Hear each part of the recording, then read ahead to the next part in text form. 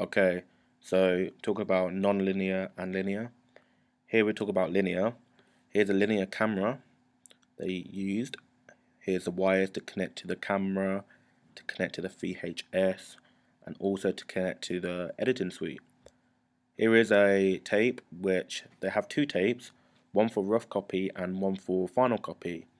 So here is like a rough copy tape, which where they need to see them for mistakes, or they need to look for, they need to change anything in the scenes or anything like that. So they have a rough copy so they know they can just edit it and change it all again. And here's the editing suite here, where the cables can connect to, also connecting to the VHS so they can see like on the monitors what the clip's like. Here's the VHS here, and here's like the second tape of the final copy, which they can publicize, and if they're happy with it, they can publish. Here is non-linear. Non-linear is more upgraded a lot. So even though this camera is really small, it's got good quality on, and nowadays the cameras are more HD and much better for the camera workers, as you don't damage anything, because with linear the cameras are big and bulky and could strain your muscle or damage your back. Here is an iMac where the editors use for editing, because it's more easier as it has the software on the laptop already, and they have retina screen, so it'll be easier for the editors to edit on. Now talking about linear. Linear is a pre-digital editing.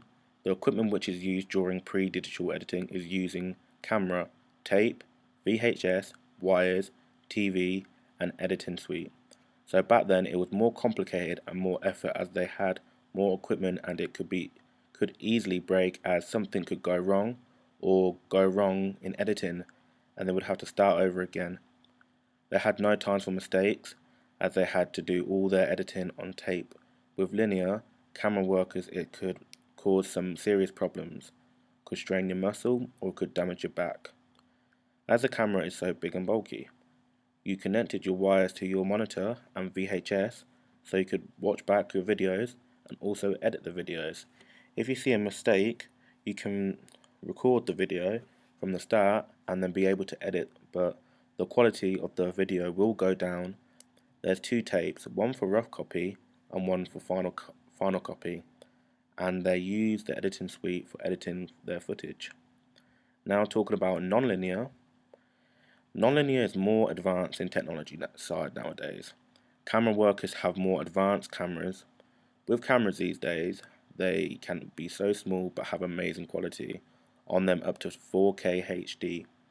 And with those cameras, it is easier to record footage, as it would look the same on the computer because the camera recorder is HD.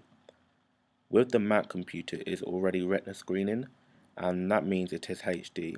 So with the editing, you can see everything really clearly, and it is a big advantage when it comes to people watching your videos, as it will be in high definition and be more enjoyable. It's much easier to edit, as you all have equipment on the computer. You have the software where you can edit your footage. You have all your files where you can save your projects, and you can have your edits on there, anything you need to save and go back to later on in life. Now I'm going to show you a short clip of George Albert Smith. It's called Sick Kitten, made in 1903. George Albert Smith was the first person to make a short film doing a close-up, and it's about a sick kitten and the girl's feeding the kitten milk to make it feel better. And the close-up will be coming up soon shortly. Here is the close-up now of the girl feeding the cat some milk, and as you can see, the cat likes the milk and is getting better by it.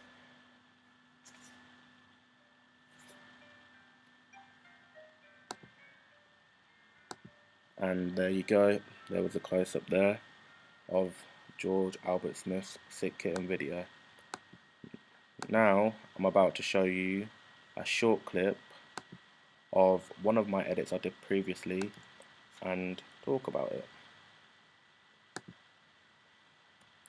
So this is a horror scene we did around college. Talking about the time in this horror scene, it's during the short film it has not been slowed or sped up during the walking scenes or anything like that.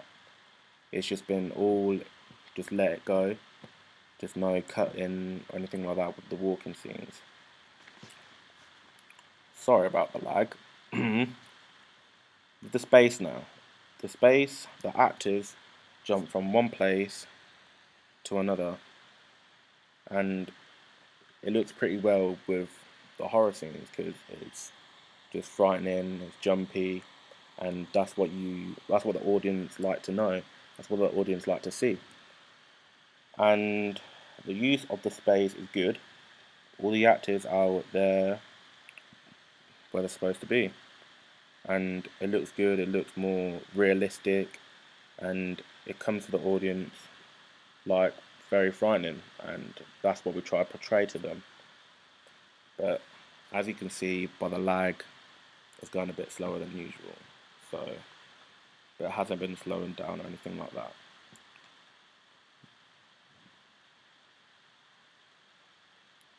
But with the rhythm of this video, of the short clip should I say, the fly between one shot and another is quite smooth. It's really smooth, and no like short clips jumpy because that'll be too much for the audience and be too much for everyone to kind of grasp what's going on. But in all, the edit overall was quite smooth, and there was no visible jump shots like jump screening, so no cuts or anything like that. And the shots are like 3 to 5 seconds long, so it's not as long if it was for like an advert, as I know an advert has a restricted timing which is about 30 seconds.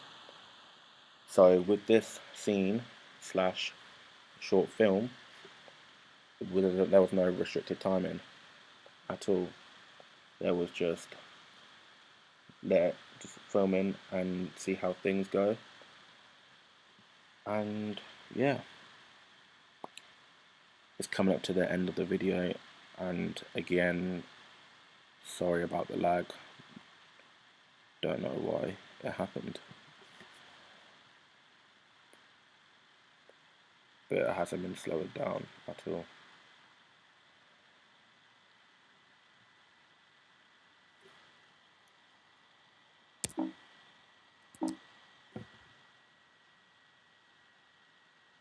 But that was the end of the video, and yeah.